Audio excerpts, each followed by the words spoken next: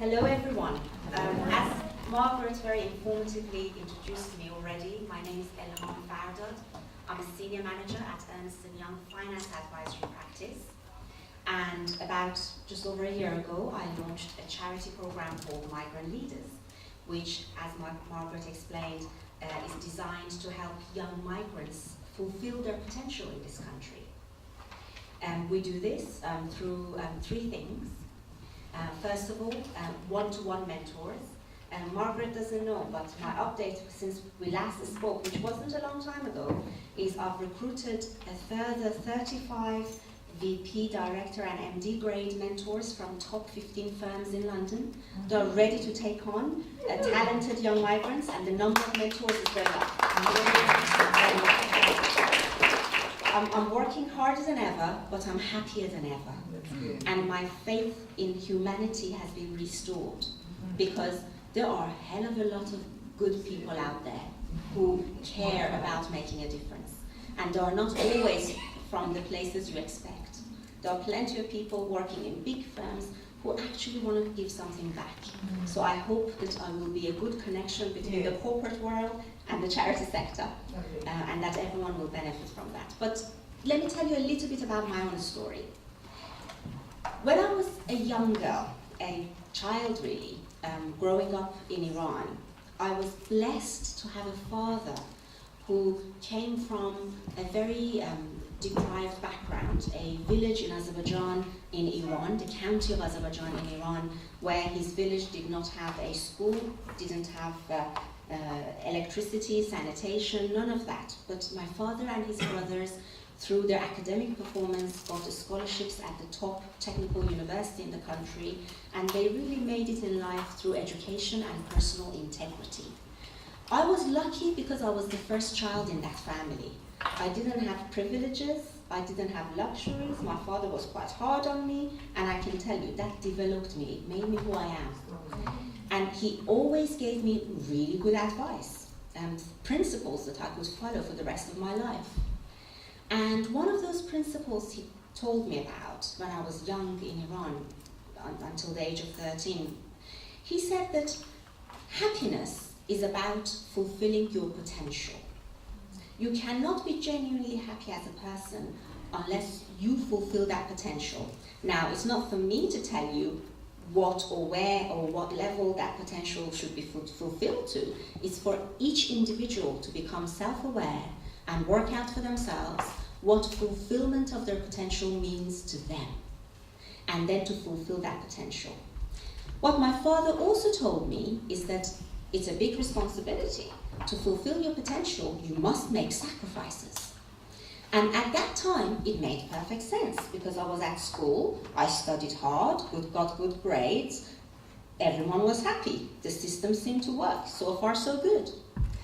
Then at the age of 13, we migrated as a family to the UK for a variety of reasons, not least because there was war, and you never quite knew who was going to be next, who bombs are dropped on. So we moved to the UK in order to take up the opportunities, and the UK really welcomed us. To this day, I feel very grateful to everyone in this country, everyone of every background, who welcomed me as a young person in this country. One of the key facets of mental health, I think, is to be grateful.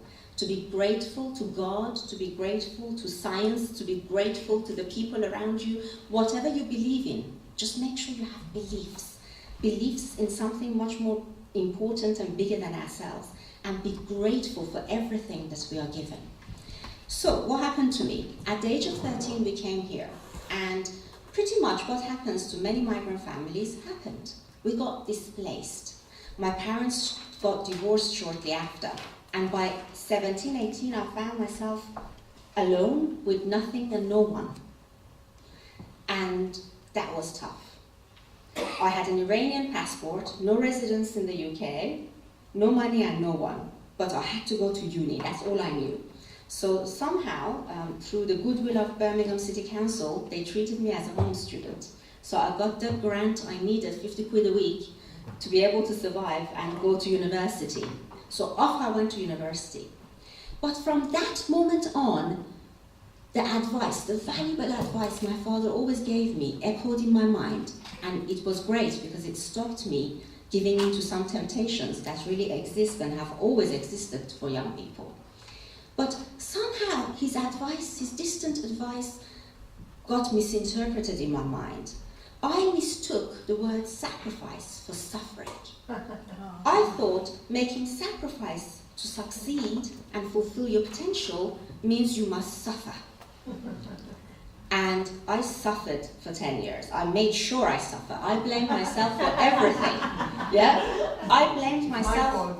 I blamed myself for everything. My parents' divorce, my younger brother I felt responsible for, my mother I felt responsible for.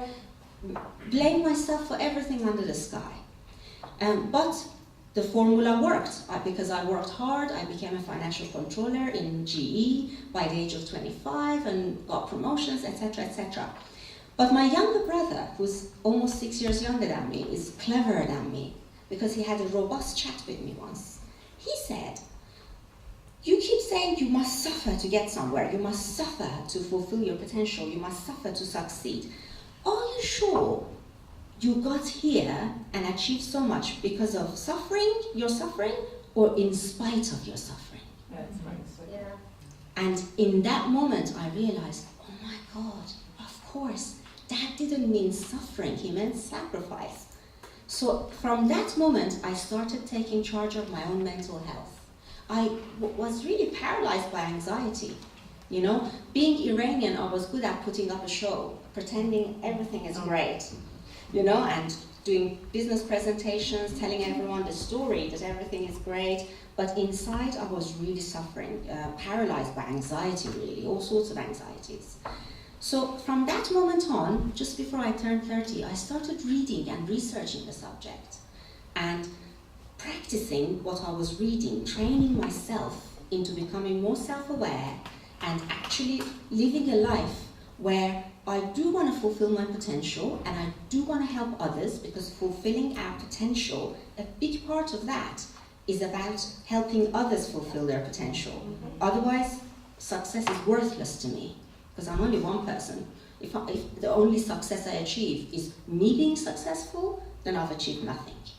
So for me to do that and achieve that well, yes, I do make sacrifices to this day, but sacrifices that I enjoy, such as migrant leaders. And I am no longer, I'm glad to report, I am no longer suffering. You know? When I look back at the last 23 years of my work, actually the times that I have performed really well were times that I wasn't suffering, that I felt confident, I felt courage, I felt happy. And actually, it was times that I had better balance in life.